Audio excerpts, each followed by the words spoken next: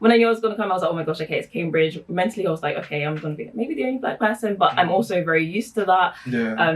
But yeah, and I was really feeding into all the stereotypes, like, oh gosh, it's going to be just rich people, and yeah, it's going to be quite harsh and academic work. I'm just going to be in the library all the time. Yep, get this PhD done, and then I'm going to go. Yep, 3 years, and then I'm gone. But like, it actually hasn't been like that.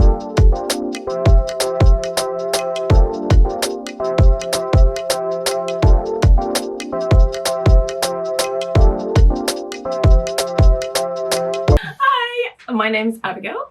I'm a PhD student, second year in psychology and education, and I'm at Peterhouse College. And my name is Samuel Dada. I'm a final year PhD student in the Department of Chemistry, looking at all things neurodegenerative diseases, and I'm at Downing College. So my research is looking at mathematics anxiety in secondary school students from underrepresented backgrounds, but like namely Black, Caribbean and white working class or low socioeconomic status students. My research delves into kind of the understanding of how neurodegenerative diseases come about, and also drug development into certain neurodegenerative diseases like Alzheimer's and Parkinson's disease. Okay, so before my PhD, I did an MSci, so an integrated master's in psychology. So I did that at Royal Holloway. And then before that, I did work a little bit in the NHS. So I worked as an assistant psychologist in an acute psychiatric ward in London. And then during my undergrad, I did different placements as a research assistant as well. Yeah, so I had a lot of work experience because at the time I wanted to become a clinical psychologist, which is different to a PhD. Yeah. You do have, it's a doctorate, but it's an applied one. So I might go into that a little bit later, but that's very smart. I feel like that's what people don't do enough of. A lot of internships and placements, so important. Yeah. I've realised that now. I'm looking for a job. My background, I did an undergrad at Kingston University in biochemistry, and then a master's at UCL in biochemistry, biosciences as well. And then I took a year out to work as a research technician at Imperial, and also I taught at NYU as well before applying for a PhD. And I was kind of scarred from my research experience. So I was very, very anal in terms of what program or PhD kind of doctoral program I wanted to go into. So I was very specific in that term. So everywhere, even in terms of Cambridge, I applied for the same type of program. So it was the BBSRC, DTP, just because I had 1 year to explore different labs before actually choosing and committing to one lab that I wanted to do my PhD in. So yeah. That's so interesting actually that you say that, because when I applied, say my final year of my MSci, so it's a degree and then the master's year, my supervisor was like, oh, have you thought about applying for a PhD? And I thought, okay. But then she was like, yeah, have different funding. I had no idea how the whole thing worked. I was like, if I can get paid to do it, yeah, I'll do that. So all I did was look at programs that had the funding attached, or was a program. So there was one at UCL, I think there was two actually that I applied for, and it was 4 years, and it was I think, and then in King's they had a one called the MRC. MRC. Yeah, they were really cool. And they had neuroscience and mental health, that kind of thing. So that was what I kind of wanted to do. But then I saw the PhD project advertised, so my maths anxiety one already kind of pre-advertised, and then I applied for that one, and then because it had the ESRC funding attached to it. And then, to be fair, that's how I thought initially. That's how I got about my master's, was more looked at this exciting project, and I was like, oh, that's what I'm going into. But I feel the trauma for me was what led me into obviously being more in the research kind of sphere. I was able to understand better how to go about applying for a PhD, because initially I was just I thought someone would just come over to you and be like, oh, do you want to do a PhD? There you go. I didn't know that you had to apply. I didn't know anything about how much it costs to do a PhD. So yeah, that was something I was learning over time, and then also understanding how research works, and understanding that supervisors could be really bad, and understanding that the project matters, but actually the environment also is such a big part of it, and that's something I kind of grew to understand over time. And that's when I was just like, okay, I really like this program. I've been seeing loads of people are having fun on this program. It looks very interdisciplinary, and also in terms of like future perspectives, I didn't think about wanting to stay in academia. I'm always very interdisciplinary. So I was like, I like doing different things. I want a program that would kind of enhance that and cultivate that, because I love, I wanted to do a research like internship. That's something I never really had the luxury of doing whilst at, undergrad. I was always having to work to earn money, not like, oh, let me do a free placement during my summer. That I just... My first one was a research assistant in the first year, and I had it was in psychology, but it was in like neuroscience, like the lab, and I was like, and at the time I think it was paying like £12 an hour, so I was like, in the summer paid? I was like, let me just apply. So I used my I don't know how I did it, but I was like, well, I've got like first in these modules, like, can I do that? And it worked out, and I was like, oh, then I became like a research assistant just for like, I think 3 months. That's so blessed, because nowadays people are like thinking you just do it for free. No. Like, we're doing you a favour. No. Not around here. Yeah. I mean, if we could like afford to do that, then yes, but I was like, well, if I can get paid to do that, no, that's amazing. Not? And then you get research experience as well. So. Like it's like a double, because that's the thing. Loads of people think, oh, because we're giving you research experience, we shouldn't have to pay you. No. And that's something I found that was quite difficult, like going through undergrad, where I was like, I really want to have that research experience, but then I'm like, I can't do it for free. It's not possible for me to do it for free because I need to live at the same time. So it was always like having to like do other work. But then having this program where you're like, oh, you can do an internship, but we cover everything, as well as all the training in terms of like learning how to use R, Python. Like they just give you so much more than just like, oh, just doing your PhD was something that really enticed me specifically. So I was very kind of focused on that type of program. So I applied for that program, not only in Cambridge, but everywhere else. And that was pretty much mostly the only program I applied for. But they're like literally at so many different universities, which was like perfect. So I'm funded by the ESRC, so that's the Economic and Social Research Council. And it's like, so it's a funding body, so they're the ones that like pay us like to do the PhD. Like essentially, it's tax-free money. I think it's like 18,000 this year, like for the whole year, like every year. But then your like rent has to come out of that, and like travel and all those kind of things. But then there's extra like money that you can apply for if you need to do like field work, or if you conferences. Or like travel and things like that, or like printing and things like that.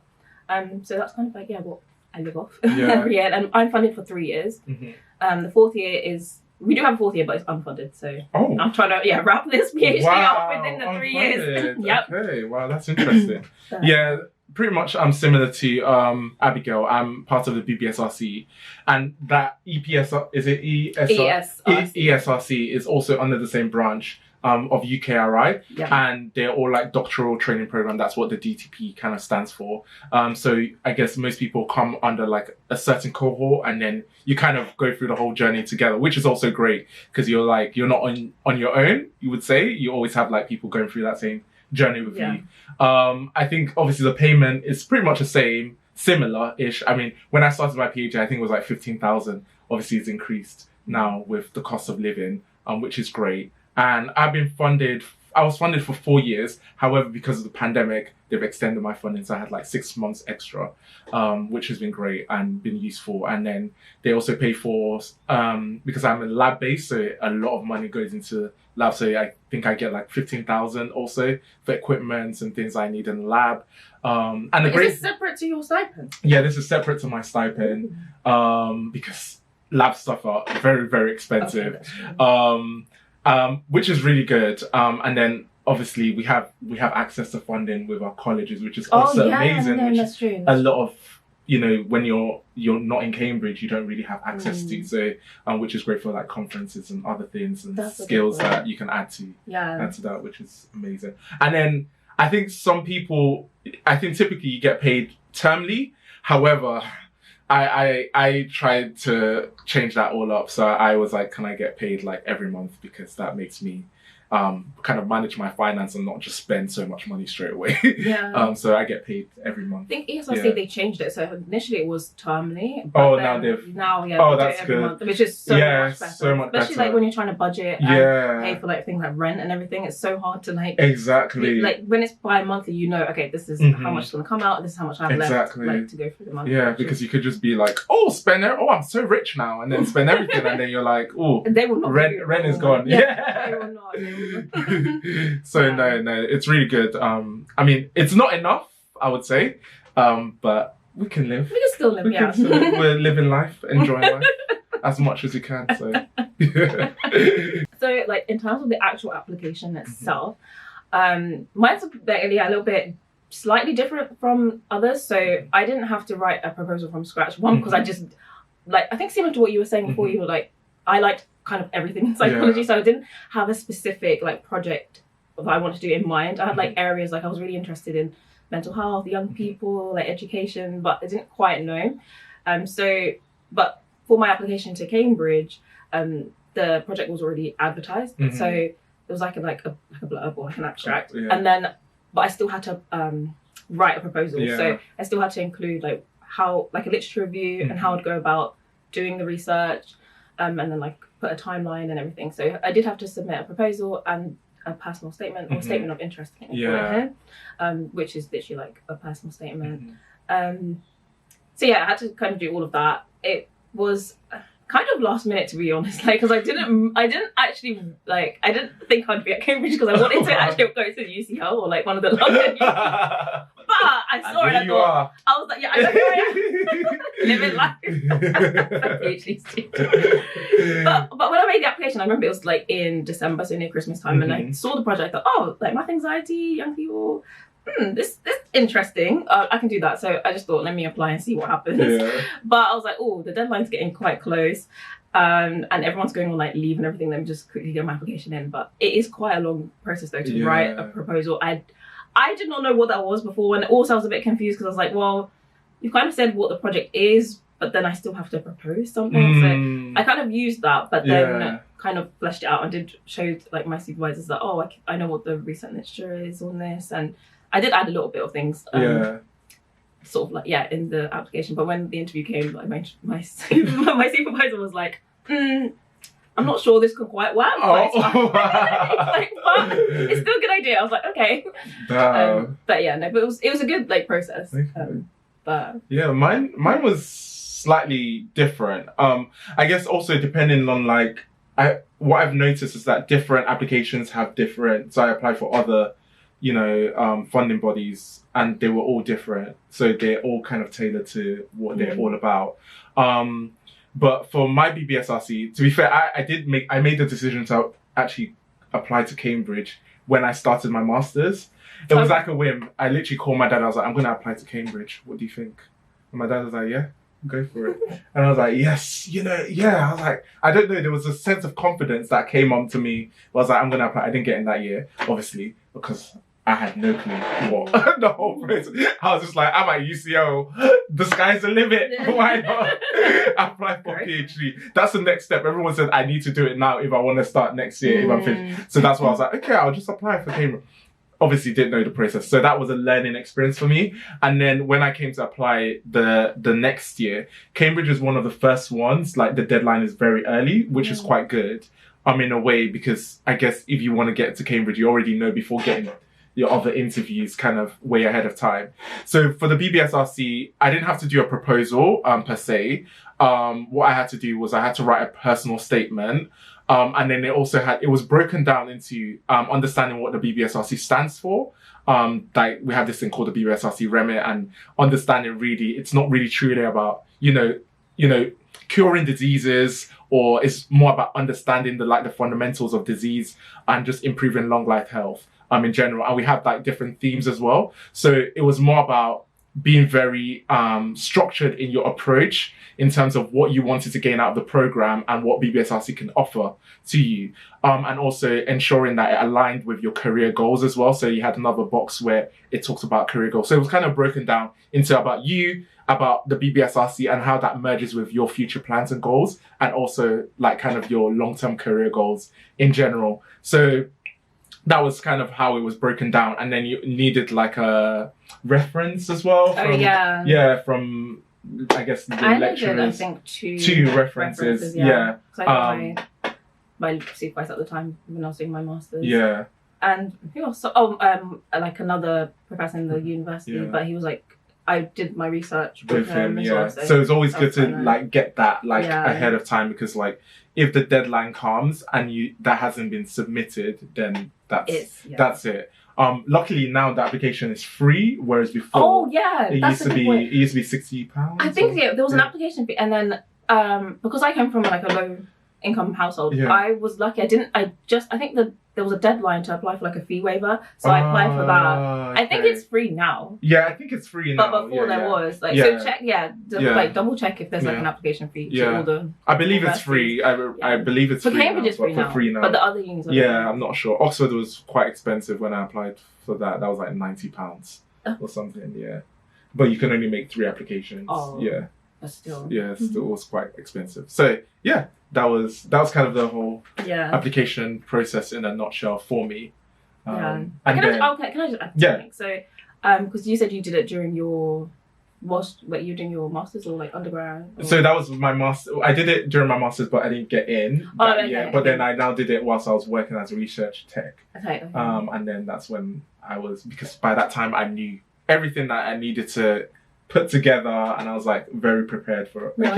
This is what I feel that's similar to me. Because I was on an M side. And that's a whole nother video for like integrated masters. But again, I couldn't afford to do it like a separate master, so I was like, let me do this combined one. But I didn't know. I was like, will this give me an edge if I'm applying for PhDs or not? So I applied in my 3rd year to like PhDs, but not to Cambridge. Like I think it was again the London unis. Didn't get in, but like I think they weren't going to take me, but because technically I could have graduated and then started, but I did that whole application process, didn't get into the unis, and then the next year applied again to like the London unis and Cambridge and Oxford, I think, and then I got a reserve place on UCL. I don't know about the others, because then Cambridge came through and was like, yeah, we'll give you funding, and I was like, okay, that's me done, thank you. That was exactly the same as me. When that offer came in, because it was like my first interview, I was like, why do I want to go to other like? Yes, I'll take it.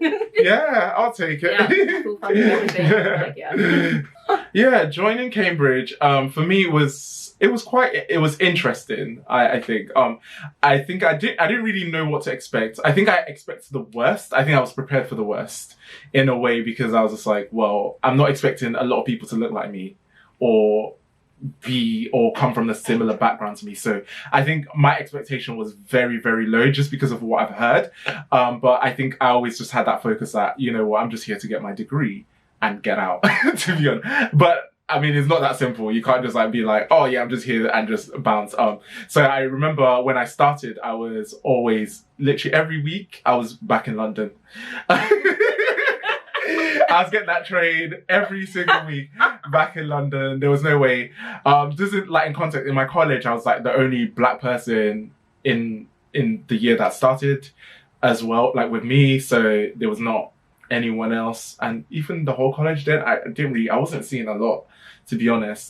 So that was very, very tricky to kind of navigate. So I was pretty much kept to myself for like, doing what I just needed to do to just get by, really. And then the pandemic hit, and then I was kind of like forced to enjoy Cambridge. Like I was like, I can't go anywhere now, so you've got to learn to enjoy it. And that's when I realized that the whole experience is kind of like what you make of it.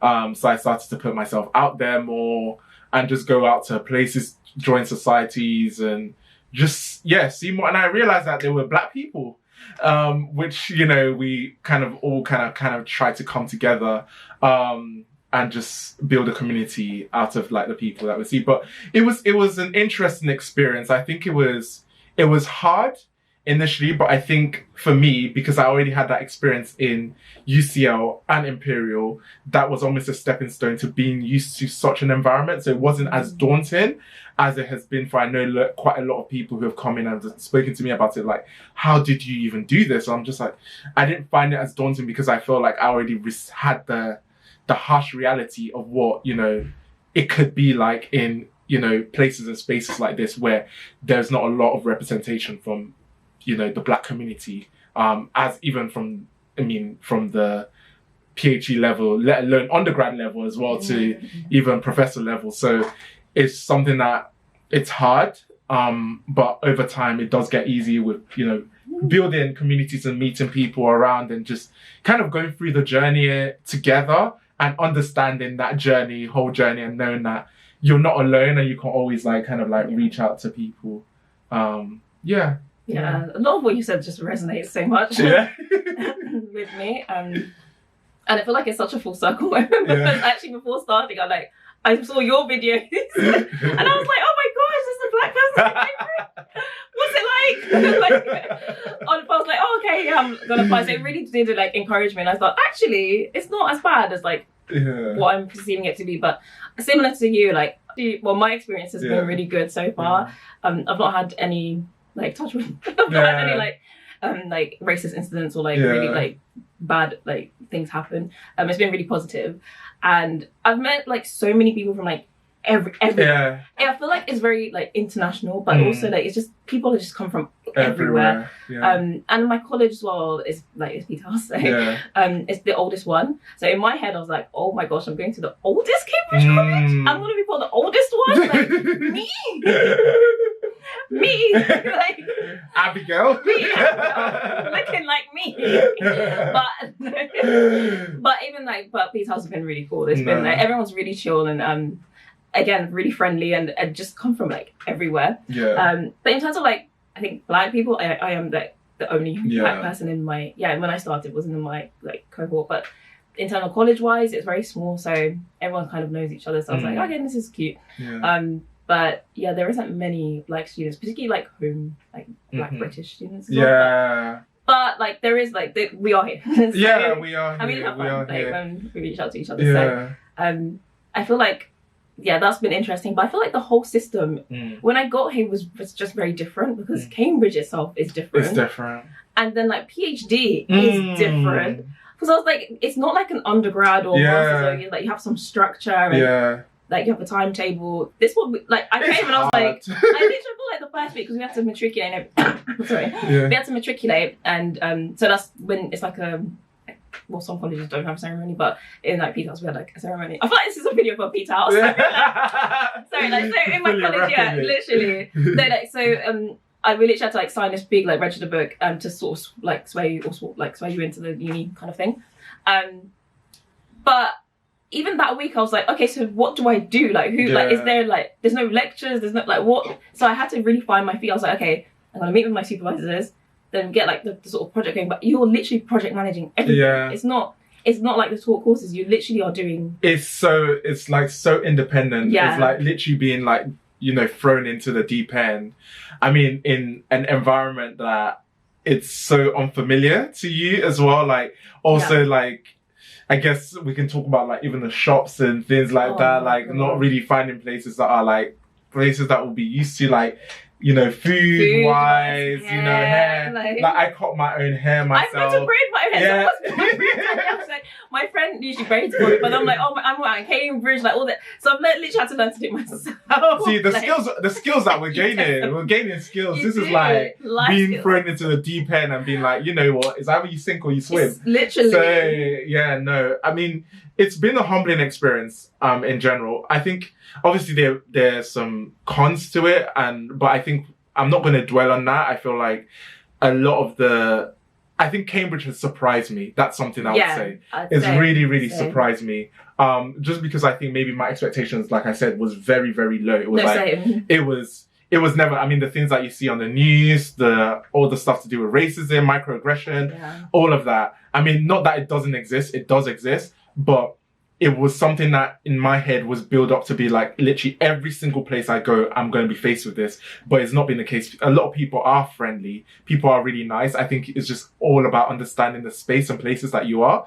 And knowing, I think maybe us as postgrads as well, we are already maybe a bit mature enough to understand and know when there's certain people who are not for us. So we're not going to be in that space at all. We'll be we understand that places that, we're comfortable with. Yeah. So we're never going to entertain those, which I can see as for an undergrad could be a little bit different. First time coming to university, whereas for us, it's not the first time we've been through this whole process. So I can see how daunting and how hard that could be. But I think for me, when I think about it, if I came to Cambridge as an undergrad, I'll be finished. I would. I don't think, like, I look at it, I'm like, wow, credit to you. I mean, the workload is a lot, as it is, but also dealing with it as a Black student, I give all credit to all the undergrads. Really young, like majority of undergrads. Very like young. 18, 19. Exactly. Wow. Like you're discovering yourself and then having to go through, imposter syndrome, feeling like you're alone in this whole space.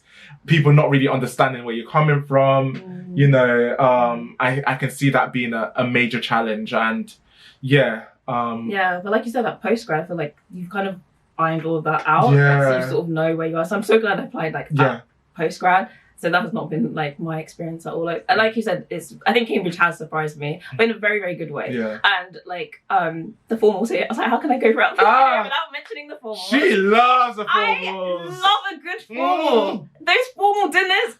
I think the thing is because it's so strange. It's such an Oxbridge thing, so like Oxford Cambridge thing. And me, I'm coming from like a household where we didn't even have like a dining room. I just eat with like on our lap, like, and now I'm in this grand hall, like all these different grand halls with like 10,000 cutlery. I'm like, wow, this is wine and dining. Wow, like. There's one thing I'll say is that Abigail is literally enjoying. There's nobody that enjoys Cambridge the way she's making the most out of her experience. This is what honestly, like you are making the most out of it. Like every time I look at your stories, I'm just like, wow. I've been looking at it like, oh, I don't think I can eat this. Abigail will be like, oh, actually, it wasn't too bad.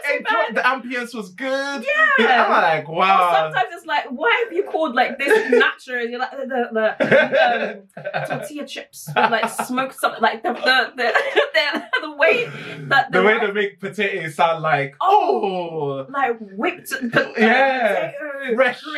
fresh baby newly seasoned grown potato, But literally, it's just a pale potato. Literally, the Black Postgrad Society has been so good. So, so I've met like other Black people here, Black postgrads, and like I think that all the events that you ran, especially like in the first time, was really good. So, that has been honestly, like she was saying, the Black Postgrad Society. It wasn't really a society; it was just more of a community initially, where we were just like, well, we had nothing like to do during the weekends or Friday nights, and we're just like, who wants to meet up? And then it just grew into loads of us, everyone like each other, just meeting up, and then we're going bowling together, literally hosting our own garden parties, and going to formals, just enjoying each other's company. And that has been like blessed, like just being able to connect with so many other Black postgrads in this whole space. That has been amazing. I mean, also the Black History Month formal with Willie. Naomi Campbell.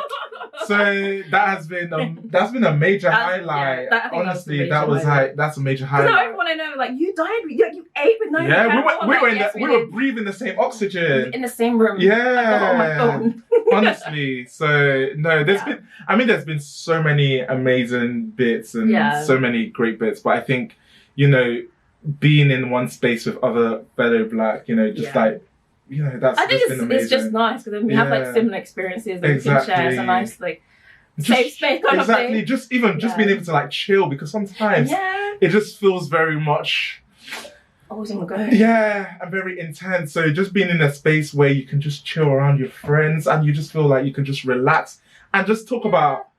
I feel like most of the time when we meet, we never even talk about work. Yeah, we just talk about random things, so I just love that. I just love having that space where we can chill, enjoy music, food, and just come together, play games, and just be fun and be as loud as we want. Exactly. Okay, how do I take care of myself? So I do like it. Sometimes I do like reading, and I think of diamond painting as well. So it's like, how do I describe it? So it's like you have little gemstones and they're all numbered on like a art piece, and you just sort of stick them. Yeah, it's very mindful. So therapeutic. Yeah, very therapeutic. So I like doing that. So if I'm feeling a bit stressed, I'm like, okay, I've got to put my laptop away. If I don't have a formal that day, then I will do something like diamond painting or meet up with friends, like lovely Éireann. And so yeah, that's how I kind of, and I like doing my nails as well. Getting your nails done is expensive. So I use like press-ons and then I just you do yourself? Yeah, I do it myself, yeah. Wow. I'm like, oh, and it makes me, it's again very therapeutic. So it's a great experience, this place, honestly. We'll be saving money once you get into the real world. Literally, all the hacks, I'm like, okay, do my nails. Yeah, so I think that, or going for like nice walks. So Cambridge is very like scenic, there's lots of green space. So I do like doing that, and it gets me out of my room. Like my room is really nice, it's really big, it's really spacious. So sometimes I like, most of the time I do like working there, or the library, but otherwise I do like walking around like the college grounds or just around Cambridge. It's actually really nice. No, really nice, especially when it's like quiet, especially in the evenings when I love walking around Cambridge. Yeah, that's really nice. Yeah. For me, it's kind of similar. Like I love meeting up with friends. I think one thing with Cambridge I love is how small it is, where you can literally just like, you can meet up with people spontaneously without arranging it. Like it's not like a scheduled thing. You could just be like, you know what, who do you want to meet up, or do you want to catch up, and then you can do it instantly. Just cycle or just walk easily. I think I really love that about Cambridge, which is something that London never had. Like everyone needs to be a schedule and things are always just busy. You've got to book everything. But here you can just walk, you can just get a takeaway, sit outside King's Parade, have Jack's Gelato. Jack's Gelato, oh my gosh, that's another obsession. I think this summer I will be trying all their different flavours. It's really good. Like Jack's I mean, you've been trying so many different. When Bobby every time I bubble tea, it's either Jack's Gelato or like some kind of cake. So and even because I don't know if Downing still do it. Like they have like their free cake and like and I just go into the corner and be like, oh hi Sam, I'm there with free cake. And then like sometimes my home college do them as well. I'm like, yep, free cake, free welfare. I'm that's how we look after Keith's Cafe. So we look after our health there. Keith's Cafe with the cake, the donut, and the hot chocolate. I love that. So every Wednesday, you know, is it Wednesday? Yeah, every Wednesday. Yes, every Wednesday. There was a time I was going. You were all the time. I was like, see, I was like, oh, you might as well be part of this college now. Yeah, exactly. And also for me, I love doing sports. So I'm part of the squash team at Downing, which is a bit intense because initially it started. I mean, squash was something I never ever played in my life. Do you get what I mean? I didn't even know what squash was. I knew about tennis. Squash, I was like, I never played it in my life. And then Downing have this like, if you try a new sport, you get money. Oh. So I was like, do you know what? Let me not get into it. But I did apply to Downing, but because of the funding, like I had to go to Pete's house, which is still fine. But that was literally because I just got interrupted you, but I don't do a sport. I used to play netball like when I was in secondary school, but I just stopped because I didn't want to do something competitive. But if the college was like, we'll pay you. So they were like they encourage us like every term if you try a new sport, they encourage. So I even tried kickboxing. And they paid for the equipment and things like that. And like hiring the courts is all free. Like we're playing Kelsey Carriage, so it's all free. So that's something that has been really beneficial, that I've been able to try these like things that I would never have dreamt about, because like to me those are expensive. But the college like funding that, and now with Downing, like I mean, I started in Division 4 and now 2 years on we're like in Division 1, and you know we're doing bits. That's really good. So it's like from not even knowing how to play the sport, and we have training every Tuesday with a coach. So even though I was like, I don't want to do anything competitive in the university level, I've ended up obviously doing something more competitive in the college level, but also learning a new sport and being good at it, like getting good at it. And then also swimming on Sundays down and have it free in Better, so we can go on Sundays to swim, and that's something I really love doing as well, like detox. That's so good. So there's just been so many those extra little bits that we have, like seminar nights where we get free dinners. You can't beat it. That's you so can't beat it. So I love that. I really enjoy those aspects of it, apart from like obviously meeting with friends, but actually going to those things with friends as well is always really, really nice and refreshing, because you can just enjoy it. You know, like with squash, I started it. Me and Sultan was the one we started it. Like, let's just go to squash. And we're like, actually, this is kind of good. We enjoy it. And Sultan became like one of my good friends. He became the captain last year for the squash team. You know, so, yeah. I love that. Yeah. That's so good. Yeah. I will say, my college do have like travel grants. So they basically effectively give you money to go on holiday, like, and it can't be part of your research. Like, it has to. Oh, really? Yeah, Oh. they specifically say that. So Where like, have you gone? so I went to Lisbon. Oh, like, I'm going to Lisbon. It's Wait, so I need notes. I need Recommendations, because I'm going on Wednesday. Really? Yeah, Okay, for a week. So I need notes. Lisbon is so nice. It's really good. Yeah. So yeah, I went there with my friend. I was like, you have an application form, and then like, the food is good. Okay, it's good. And it's good. It's cheap as well. So. Sorry, this is. I mean, for me, this is obviously quite prevalent right now. And taking those next steps right now during my PhD, thinking about literally interview. I think I have an interview tomorrow actually, and Wednesday. So I'm looking to get into consulting, hopefully, or just working in more like strategic based stuff. I think I'm done in the lab. For now, I might come back. You never say never. But I think at this moment, I'm just looking into something more like strategic based and something I can actually have an impact in. Because for me, academia has been great in terms of all the skills I've been able to learn. However, I've not been able to see the work that I'm doing implemented in real life.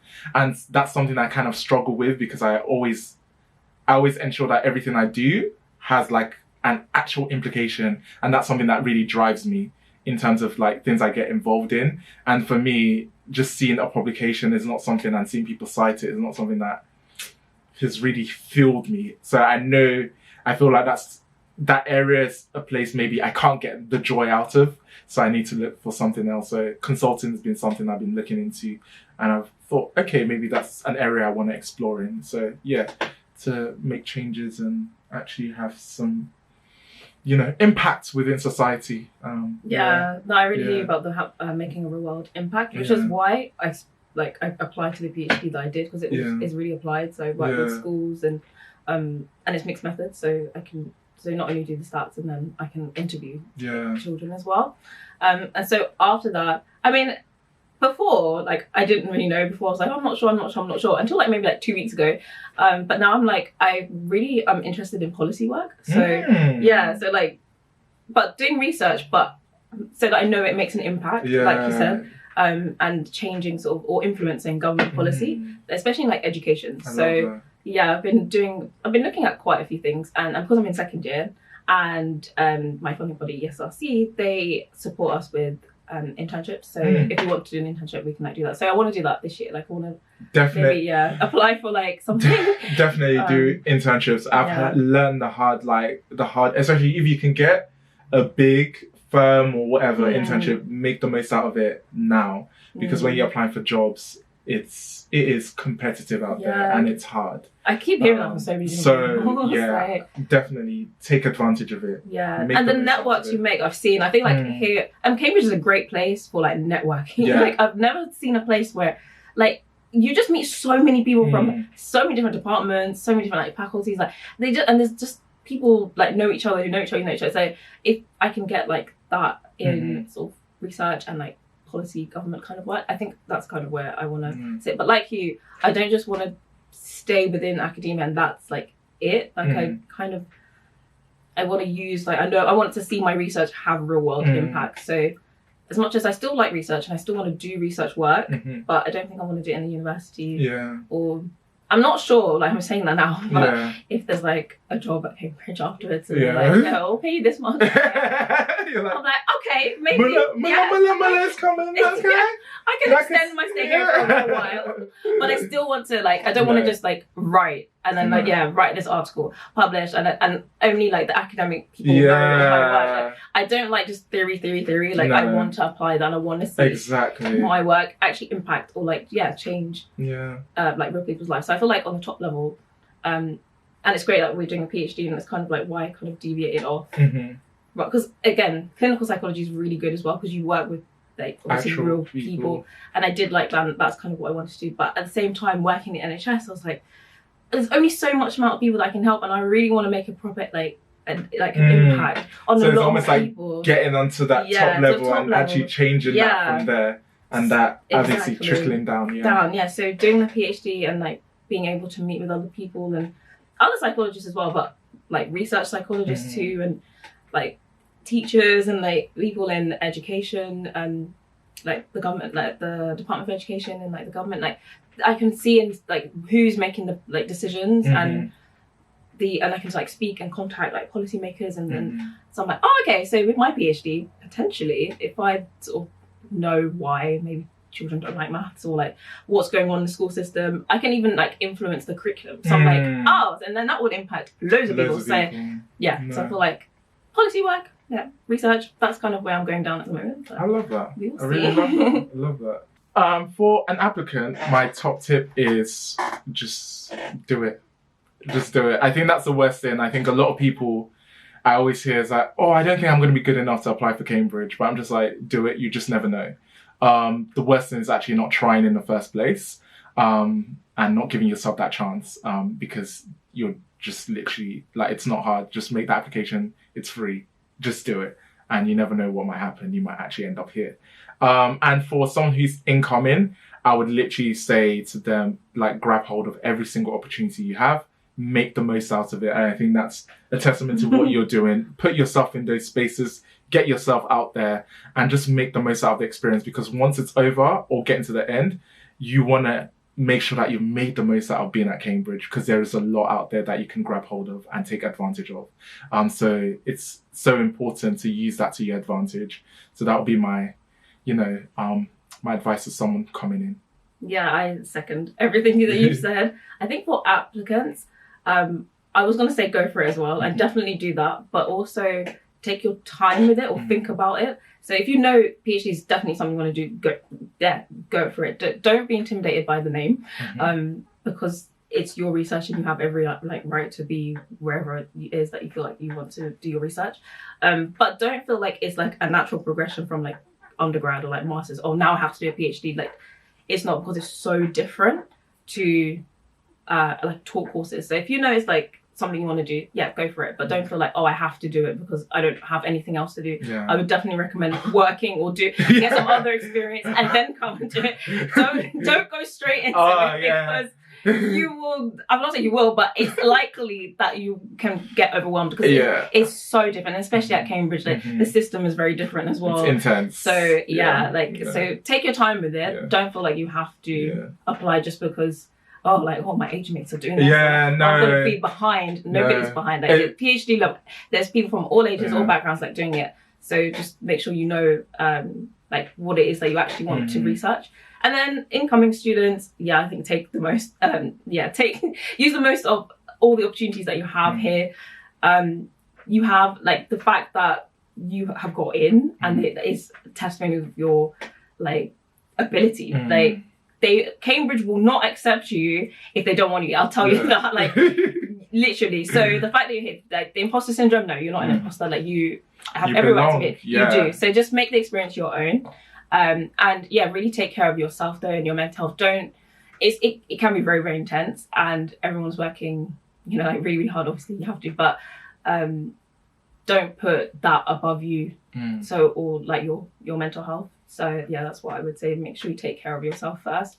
Otherwise, if you don't take care of yourself, you can't then do the PhD or your studies. So that would be my advice. So I do have an Instagram page actually, because like I said, Cambridge was so different, and I was just documenting everything. Like when I got here, I will literally have my phone and record everything. So I put I've got an actual different Instagram page. If you want to follow me, it's CamPhD_psych_life. So please And she is consistent. When you say about consistency, literally consistent. I just post loads of things on my stories and also reels because literally my friends and family back home, sometimes they ask me oh, what's it like? I'm like, you have to be here to know. So when they see my Instagram page, oh, okay, you're at this formal today, you're at this No, like so it's nice to have maybe a little peek into what it's like for me being here. So yeah, please do give me like a follow. Yes, please do follow her. Yeah. And Sam here, he's the influencer. I think I wouldn't even be here if it wasn't for Sam. At least no, so go on. Like you're making me shy right now. No. Yeah, although I'm not as consistent as Abigail is, and I'm hoping to be. On this next part of my journey, post PhD, we'll see where the world leads me. Yeah, so my YouTube channel is just my name, Samuel Dada, and my Instagram is Stodada. Yes, Stodada. Yeah, and that's it. That's where you can find me. I have TikTok and all of that, but it's too much. So yeah, we'll stick to YouTube and Instagram. That's where, if you want to see a bit more about my life, Instagram, in terms of applications and all of that, YouTube will be that for that. But yeah, thank you. You named you.